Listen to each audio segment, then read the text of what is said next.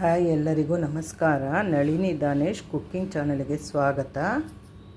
ಎಲ್ಲರೂ ಹೇಗಿದ್ದೀರಾ? ಎಲ್ಲರೂ ಚೆನ್ನಾಗಿದ್ದೀರಾ ಎಂದು ತಿಳಿದುಕೊಂಡಿದ್ದೇನೆ. ಅದೇ subscribe, like, share and comment ಮಾಡಿ, ಬೆಲ್ ಬಟನ್ ಪ್ರೆಸ್ ಮಾಡಿ. ಎಲ್ಲ ವಿಡಿಯೋಗಳು ಬರುತ್ತೆ. ಆಗ ನಾನಿಲ್ಲಿ ದೋಸೆ ಮಾಡೋದಕ್ಕೆ ಹಿಟ್ಟುಗಳನ್ನೆಲ್ಲ ತೊಗೊಂಡು ಬಂದಿದ್ದೀನಿ. ಗ್ರೀನ್ ದೋಸೆ ಮಾಡ್ತಾಯಿದ್ದೀನಿ. ಅದಕ್ಕೆ ಒಂದು ಬೌಲು ಗೋಧಿ ಹಿಟ್ಟು ಹಾಕ್ಕೊಳ್ತೀನಿ, ಒಂದು ಅರ್ಧ ಬೌಲು ರವೆ ಹಾಕ್ಕೊಳ್ತೀನಿ, ಮೀಡಿಯಮ್ ರವೆ, ಬಾಂಬೆ ರವೆ. ಅದಕ್ಕೊಂದು ಬೌಲು ಕಡಲೆ ಹಸಿಟ್ಟು, ಒಂದು ಕಾಲು ಬೌಲು ಅಕ್ಕಿ ಹಸಿಟ್ಟನ್ನು ನಾನಿಲ್ಲಿ ಬಳಸ್ತಾ ಇದ್ದೀನಿ. ಇದನ್ನೆಲ್ಲ ಮಿಕ್ಸ್ ಮಾಡ್ತೀನಿ. ಹೀಗೆ ಅದಕ್ಕೆ ನಾನಿಲ್ಲಿ ಪಾಲಕ್ ಸೊಪ್ಪನ್ನು ಚೆನ್ನಾಗಿ ತೊಳೆದು ಹಚ್ಚಿ ತೊಗೊಂಡಿದ್ದೀನಿ. 2 ಹಸಿರು ಮೆಣಸಿನ್ಕಾಯಿ, ಒಂದು 3 ಬೆಳ್ಳುಳ್ಳಿ ಹೆಸರು, ಒಂದು ಅರ್ಧ ಇಂಚು ಶುಂಠಿ, ಒಂದು ಸ್ಪೂನ್ ಜೀರಿಗೆ. ಇದನ್ನೆಲ್ಲ ನಾನೀಗ ಮಿಕ್ಸಿ ಮಾಡ್ತೀನಿ. ಮಿಕ್ಸಿ ಜಾರ್ ತೊಗೊಂಡಿದ್ದೀನಿ. ಅದಕ್ಕೆ ನಾನು ಅದಕ್ಕೆ ಪಾಲಕ್ ಸೊಪ್ಪು ಹಾಕ್ಕೊಳ್ತೀನಿ. ಒಂದು 10 ಎಲೆನ ನಾನು ತೊಗೊಂಡಿದ್ದೆ. ಇಲ್ಲಿ ಸ್ವಲ್ಪ ಜೀರಿಗೆ, ಸ್ವಲ್ಪ ಶುಂಠಿ, ಬೆಳ್ಳುಳ್ಳಿ, ಸ್ವಲ್ಪ ರುಚಿಗೆ ತಕ್ಕಷ್ಟು ಉಪ್ಪು, 1-2 ಹಸಿರು ಮೆಣಸಿನ್ಕಾಯಿ ಥರ ಕಟ್ ಮಾಡಿ ಹಾಕ್ಕೊಳ್ತೀನಿ. ಒಂದು ಸ್ವಲ್ಪ ನೀರನ್ನು ನಾನಿಲ್ಲಿ ಹಾಕ್ಕೊತೀನಿ. ಈ ಥರದ್ದು ಒಂದು 10 ಪಾಲಕ್ ಸೊಪ್ಪನ್ನು ನಾನು ತೆಗೆದುಕೊಂಡಿದ್ದೀನಿ, ಕಟ್ ಮಾಡಿ. ಈಗ ಹಸಿಟ್ಟುಗಳನ್ನೆಲ್ಲ ಮಿಕ್ಸ್ ಮಾಡಿದ್ದೀನಿ. ಈಗ ಪಾಲಕು ಮಿಕ್ಸಿ ಮಾಡ್ಕೊಂಬಂದಿರೋದು, ಈ ಹಸಿಟ್ಟುಗಳು ಎಲ್ಲ ಮಿಕ್ಸ್ ಮಾಡಿದ್ನಲ್ಲ, ಅದಕ್ಕೊಂದು ಸ್ವಲ್ಪ ರುಚಿಗೆ ತಕ್ಕಷ್ಟು ಉಪ್ಪು ಹಾಕ್ಕೊಳ್ತೀನಿ. ಆಗಲೇ ಇದಕ್ಕೆ ಹಾಕಿದ್ದೆ. ಈಗ ಇದನ್ನು ಹಾಕಿ ನೋಡಿಕೊಂಡು ನಮಗೆ ಎಷ್ಟು ಬೇಕೋ ಹಾಕಿ ಕಲಿಸ್ಬೇಕಾಗುತ್ತೆ. ಮಕ್ಕಳು ಸೊಪ್ಪು ತಿನ್ನೋದಿಲ್ಲ ಅಲ್ವಾ ಮನೆಗಳಲ್ಲಿ. ಆಗ ನಾವು ಈಗ ಈ ಥರ ಸೊಪ್ಪಿನಿಂದ ನಾವು ದೋಸೆನ ಮಾಡಿ ಕೊಡ್ಬೋದು. ಆಗ ಆರಾಮಾಗಿ ತಿಂತಾರೆ. ಮಕ್ಕಳಿಗೆ ಈ ಥರ ಸೊಪ್ಪಿಂದ ದೋಸೆ ಮಾಡಿಕೊಟ್ರೆ ಆರಾಮಾಗಿ ತಿಂತಾರೆ. ನೋಡೋದಕ್ಕೂ ಕಲರ್ಫುಲ್ಲಾಗೂ ಕಾಣುತ್ತೆ. ಮತ್ತು ನಮಗೆ ಬೆಳಗಿನ ತಿಂಡಿಗೆ ದೋಸೆ ಬೇಕು ಅನ್ನಿಸ್ದಾಗ ನಾವು ರಾತ್ರಿ ನೆನೆ ಹಾಕಿ ರುಬ್ಬು ಏನು ಮಾಡಿರೋದಿಲ್ವ ಅಲ್ವಾ, ಆಗ ನಾವು ಈ ಥರ ಪಾಲಕ್ ದೋಸೆನ ನಾವು ಈ ಥರ ಆರಾಮಾಗಿ ಮಾಡ್ಕೋಬೋದು. ಪಾಲಕ್ ಸೊಪ್ಪಿಲ್ಲ ಅಂತಂದರೆ ನಾವು ಮೆಂತ್ಯ ಸೊಪ್ಪನ್ನು ಇಲ್ಲಿ ಸಹ ಬಳಸ್ಕೋಬೋದು. ಮೆಂತ್ಯ ಸೊಪ್ಪನ್ನು ನಾವು ಸಹ ಇಲ್ಲಿ ಬಳಸ್ಕೋಬೋದು. ಈಗ ಇದನ್ನು ಒಂದು 1/4 ಗಂಟೆ ನಾನು ರೆಸ್ಟ್ ಮಾಡೋದಕ್ಕೆ ಬಿಡ್ತೀನಿ. ಆಮೇಲಿಂದ ಇನ್ನೊಂದು ಸ್ವಲ್ಪ ನೀರನ್ನು ನಾವು ಸೇರಿಸ್ಕೋಬೋದು. ಇದನ್ನು ಒಂದು ಸ್ವಲ್ಪ ನೀರು ಹಾಕ್ಕೊಳ್ತೀನಿ. ಒಂದು ಸ್ವಲ್ಪ ನೀರು ಹಾಕಿ ಈ ಥರ ಮಿಕ್ಸ್ ಮಾಡಿಟ್ರೆ ಆಯಿತು. ಇದನ್ನು ರೆಸ್ಟ್ ಮಾಡೋದಕ್ಕೆ ಬಿಡ್ತೇನೆ. ಈ ಥರ ಒಂದು ಪ್ಲೇಟ್ ಇಟ್ಟು ಟೊಮೆಟೊ ಚಟ್ನಿ ಮಾಡೋದಕ್ಕೆ ನಾನು ಸ್ಟವ್ ಹಚ್ಚಿ ಬಾಣಲೆ ಇಟ್ಕೊಂಡಿದ್ದೀನಿ.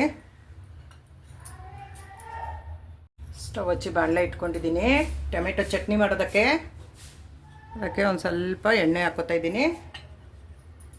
1 ಸ್ಪೂನ್ ಎಣ್ಣೆ ಹಾಕ್ಕೊಂಡಿದ್ದೀನಿ. ಟೊಮೆಟೊ ಹುರ್ಕೊಳ್ತೀನಿ. ಈಗ ಟೊಮೆಟೊ ಹಾಕ್ಕೊಳ್ತಾ ಇದ್ದೀನಿ ಚಟ್ನಿಗೆ.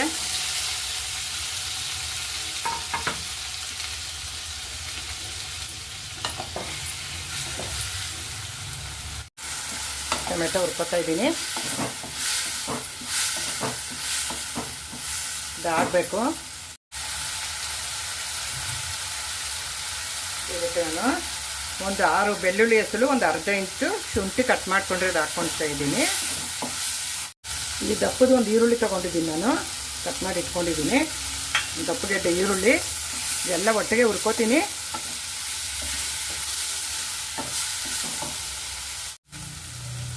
ಇಲ್ಲಿ ಒಂದು 5 ಮೆಣಸಿನ್ಕಾಯಿನ ನಾನು ತೊಗೋತಾ ಇದ್ದೀನಿ. ಒಣಮೆಣಸಿನ್ಕಾಯಿ ಹಾಕ್ತಾಯಿದ್ದೀನಿ ನಾನು ಇದಕ್ಕೆ. ಇದು ಇನ್ನೊಂದೆರಡು. ಈಗ ಇದಾಗಿದೆ. ಲಾಸ್ಟ್ಗೆ ಒಂದು ಸ್ವಲ್ಪ ಕೊತ್ತಂಬರಿ ಸೊಪ್ಪು ಹಾಕ್ಕೊಳ್ತೀನಿ. ಈಗ ಸ್ಟವ್ ಆಫ್ ಮಾಡ್ಕೊತೀನಿ. ಸ್ವಲ್ಪ ಉಪ್ಪು, ಕಲ್ಲುಪ್ಪನ್ನು ತೊಗೊಂಡಿದ್ದೀನಿ, 1 ಸ್ಪೂನು, ಅದಕ್ಕೆ ರುಚಿಗೆ ತಕ್ಕಷ್ಟು.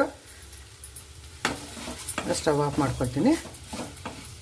ಆಗಿದೆ. ಈಗ ಇದು ತಣ್ಣಗಾದ್ಮೇಲೆ ಮಿಕ್ಸಿ ಮಾಡ್ತೀನಿ. ಹುರಿದಿಟ್ಕೊಂಡಿದ್ನಲ್ಲ ಅದನ್ನೆಲ್ಲ ಮಿಕ್ಸಿ ಮಾಡ್ತಾಯಿದ್ದೀನಿ. ಈಗ ಟೊಮೆಟೊ ಚಟ್ನಿ ಮಾಡೋದಕ್ಕೆ ಜಾರ್ಗೆ ಹಾಕ್ಕೊತೀನಿ. ಎಲ್ಲ ಹಾಕ್ಕೊಂಡಿದ್ದೀನಿ. ದೋಸೆ ಹಿಟ್ಟು ಆಗಲೇ ಕಲಸಿಟ್ಟಿದ್ನಲ್ಲ ಪಾಲಕ್ ದೋಸೆ ಮಾಡೋದಕ್ಕೆ, ಪಾಲಕ್ ಸೊಪ್ಪಿನ ದೋಸೆ ನೋಡಿ ಈ ಥರ ಆಗಿದೆ.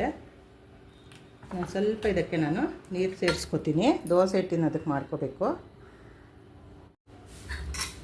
ನೋಡಿ. ಸ್ವಲ್ಪ ಒಂದು ಕಾಲು ಗ್ಲಾಸ್ ಸೇರಿಸ್ಕೊಂಡೆ. ಇಷ್ಟ ಆದರೆ ಆಯಿತು, ರೆಡಿ ಆಯಿತು ದೋಸೆ ಹಿಟ್ಟು. 20 ನಿಮಿಷ ರೆಸ್ಟ್ ಮಾಡೋದಕ್ಕೆ ಬಿಟ್ಟಿದ್ದೆ. ದೋಸೆ ಮಾಡೋದಕ್ಕೆ ಗ್ಯಾಸ್ ಹಚ್ಚಿ ತವ ಇಟ್ಕೊಂಡಿದ್ದೀನಿ. ಈಗ ಒಂದು ಅರ್ಧ ಸ್ಪೂನ್ ಎಣ್ಣೆ ಹಾಕ್ಕೊಂಡಿದ್ದೀನಿ, ಸ್ಪ್ರೆಡ್ ಮಾಡ್ತೀನಿ. ಚೆನ್ನಾಗಿ ಕಾದಿದೆ. ಅದನ್ನು ಸ್ವಲ್ಪ ನಾವು ಹೀಟ್ ಕಡಿಮೆ ಮಾಡ್ಕೋಬೇಕಾದ್ರೆ ಈ ಥರ ಹಿಂಗೆ ನೀರು ಹಾಕ್ಕೋಬೇಕು. ನೀರು ಹಾಕಿ ಮತ್ತೆ ಇದನ್ನು ಸ್ವಲ್ಪ ಸೇರ್ಕೋಬೇಕು. ಹೀಟ್ ಕಡಿಮೆ ಮಾಡಿಕೊಂಡು ನಾವು ದೋಸೆ ಹಾಕ್ಬೇಕಾಗುತ್ತೆ, ಹಾಗೆ ಹಾಕೋದಿಲ್ಲ. ಈಗ ರೆಡಿಯಾಗಿರೋ ದೋಸೆ ಹಿಟ್ಟನ್ನು ನಾನು ಇಲ್ಲಿ ಹಾಕ್ಕೊತೀನಿ. ಒಂದು ಸ್ವಲ್ಪ ಹಾಕ್ಕೊಳ್ತೀನಿ. ಇದನ್ನು ಹೀಗೆ ಹರಡ್ಕೋಬೇಕು ನಾವು ಮೆತ್ತಗ.